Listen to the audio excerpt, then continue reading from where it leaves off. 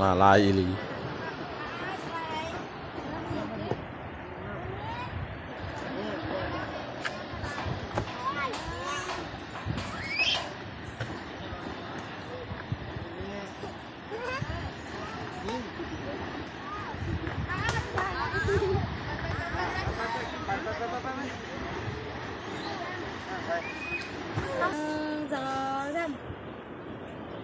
เห็นจังหวะพี่ช้างถ่ายเอาขอย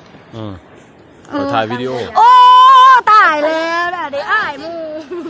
อ้ายสั่งไปนู่นเอาลงแป้งเจ้าบาทโอ้โห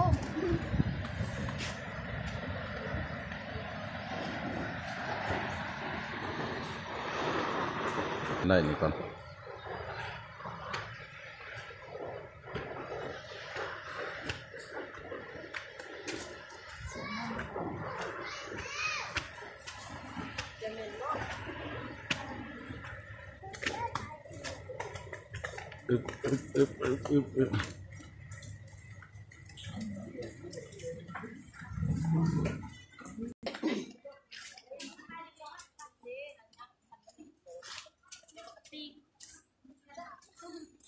หัว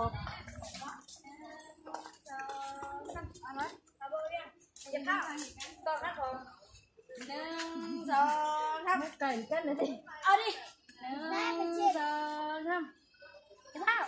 วิไม่เป็นปุ๋ยไทยนี่ได้กันคอยนี่แหละ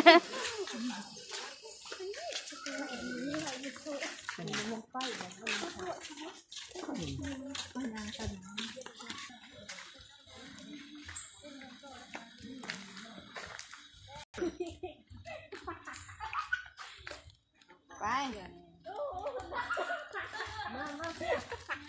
ไปค่ะพนักไปนะไปแบ่งจะเป็นได้แป้งไปเลยนะ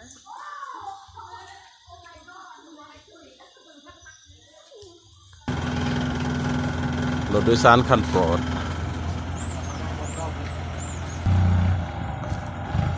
หอนโมงไปเลยเด้อพี่น้องเด้อบานนี่ล่าก่อนตัดฟ้าน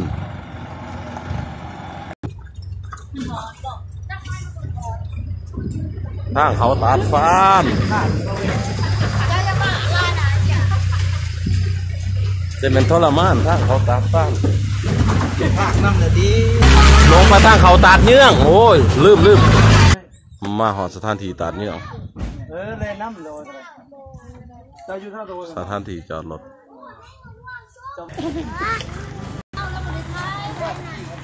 มาหอดสถานที่ตัดเนื้องพี่น้องเอ้ยสถานที่จอดรถใหม่แกสลักของปฐมโมหะ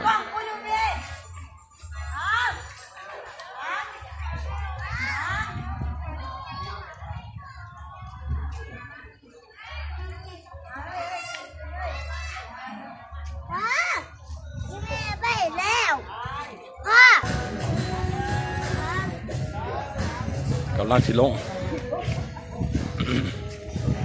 โอ้สั่นลงเ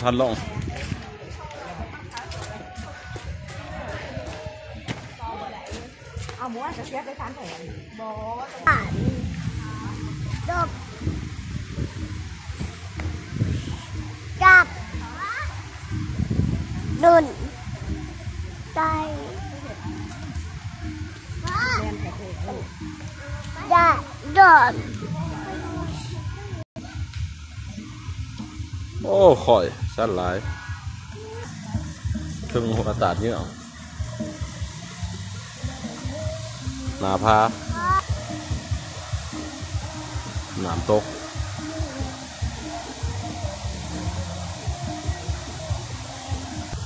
อยู่หันแล้วลูกมาหอดสถานที่เลย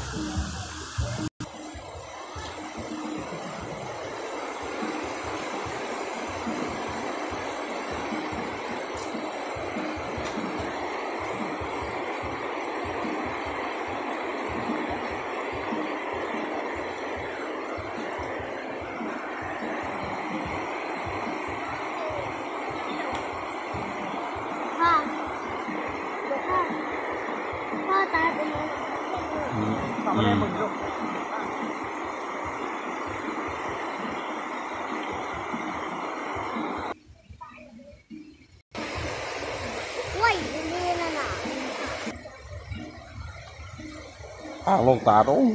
ยสมสั้นเลยเป็นคันไดลงเลยไม่เอาไม่เอาเขาจะเปิด โอ้รอดไหมรอดไหม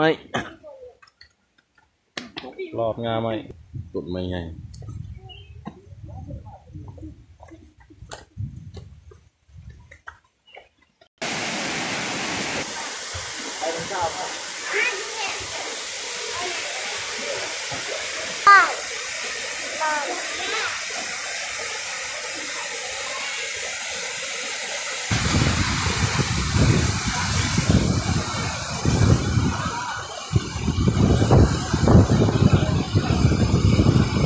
ได้หนามได้หนามมาแห้ง